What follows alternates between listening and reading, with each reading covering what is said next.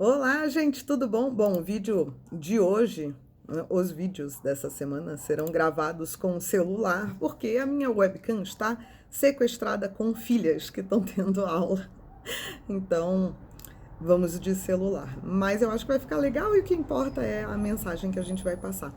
Hoje eu resolvi fazer um vídeo falando um pouquinho sobre uma coisa que vira e mexe acontece no consultório, né?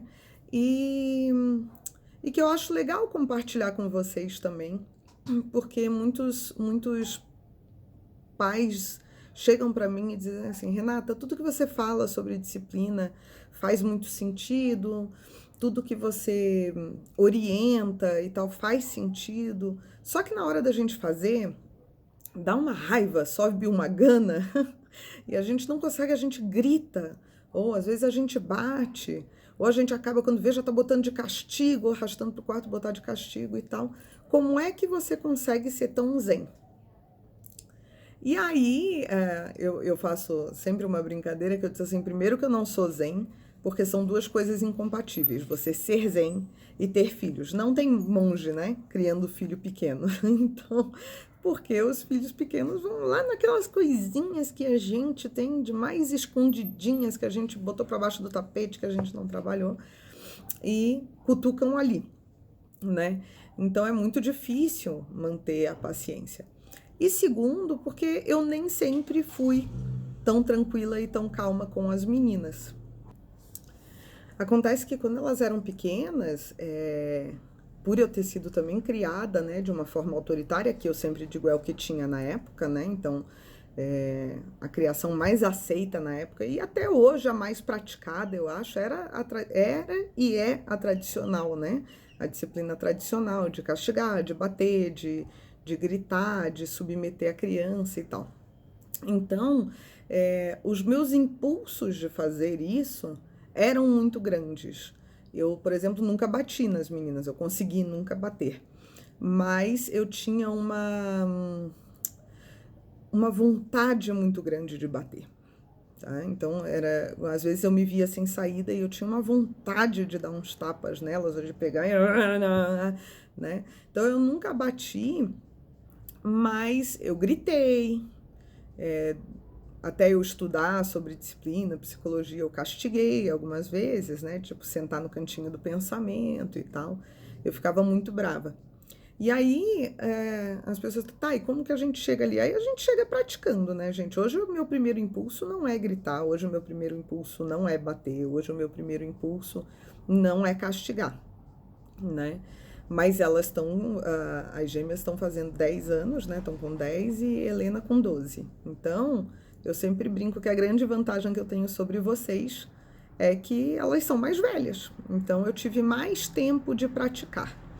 Então, eu vou dar, assim, algumas dicas que funcionam para a gente tentar manter uma calma durante esse processo de aprendizagem, tá?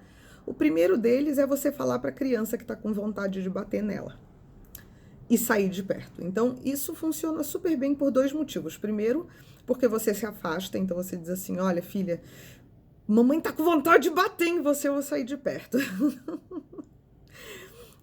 Você mostra para ela que você também sente raiva. Isso é importante, porque senão a gente fica sendo esses deuses etéreos perfeitos perante a criança, que nós não somos.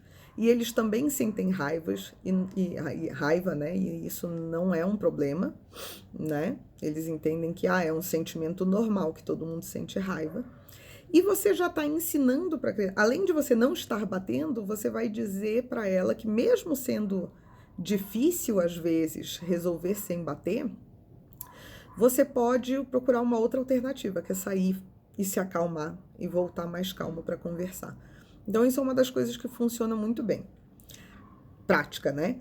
A outra coisa que funciona muito bem, que não é tão prática, que vai exigir de vocês um tempo maior, é a gente pensar por que você está sentindo aquela gana naquela hora, né? Eu sempre conto uma história que era de bater porta. Então as meninas com 2, 3 anos batiam porta, batiam porta. Tipo, criança dessa idade, ela não vira a maçaneta para fechar a porta, ela puxa a porta e a porta bate, né? Então aquilo ia me irritando, assim, que eu dizia: chega, gente, parem de bater a porta, não sei o quê.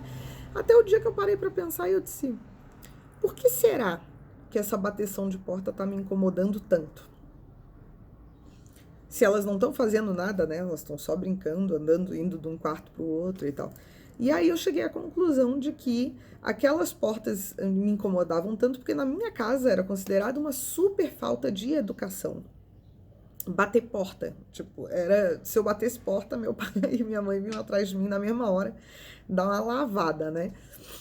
Então, quando eu identifiquei isso, e eu identifiquei que elas não estavam fazendo aquela falta de educação, elas estavam só fechando as portas do jeito que elas gostariam. Eu continuei me incomodando com a porta batendo. Eu continuei pedindo para elas pararem, mas eu comecei a pedir assim, meu amor, olha, o barulho da porta incomoda muito a mamãe. Deixa a porta aberta, pelo amor de Deus. Entendeu? Eu parei de brigar com elas, eu assumi que aquilo é um problema meu. Eu disse, filha, eu tenho um problema. É que nem, por exemplo, elas já sabem que eu não gosto de ninguém em pé atrás de mim quando eu tô fazendo as coisas. Então, quando elas vêm pedir para eu ajudar no computador.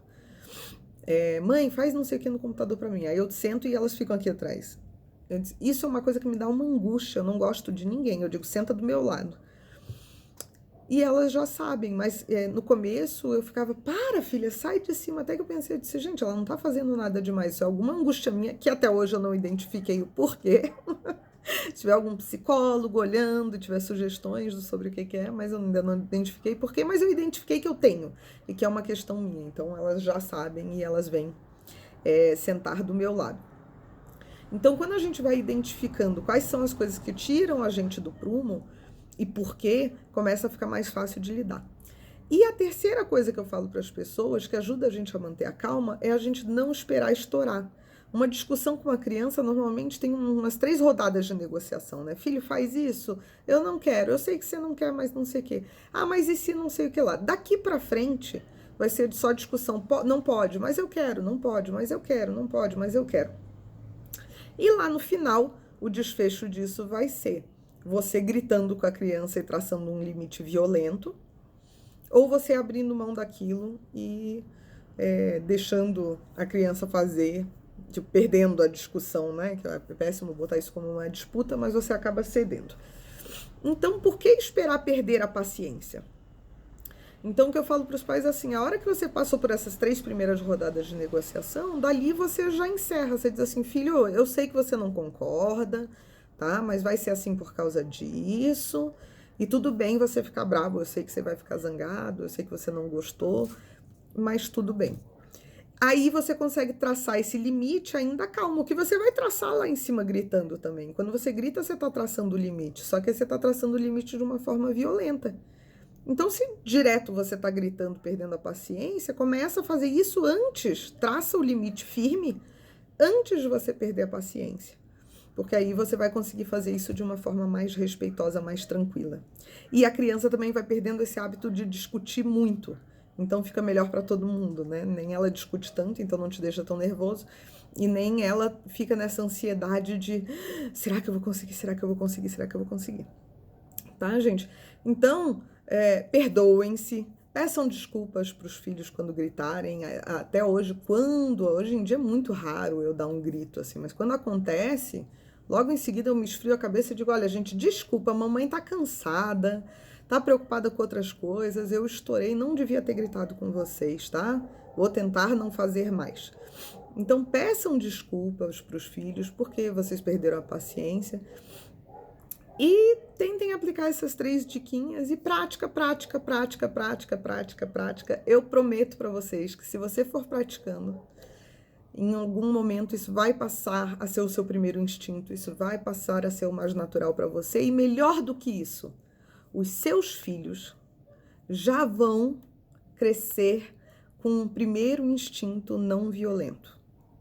E isso é muito legal. Um primeiro instinto respeitoso, um primeiro instinto de conversa, um primeiro instinto de modelar as próprias emoções, de lidar com as próprias emoções. E aí eles não vão ter que passar por esse trabalho que a gente está passando, tá bom? Eles vão poder trabalhar outras coisas, porque certamente terão outros problemas para resolver, mas já parte de outro ponto de partida. Tá bom, gente? Um beijão e até a próxima.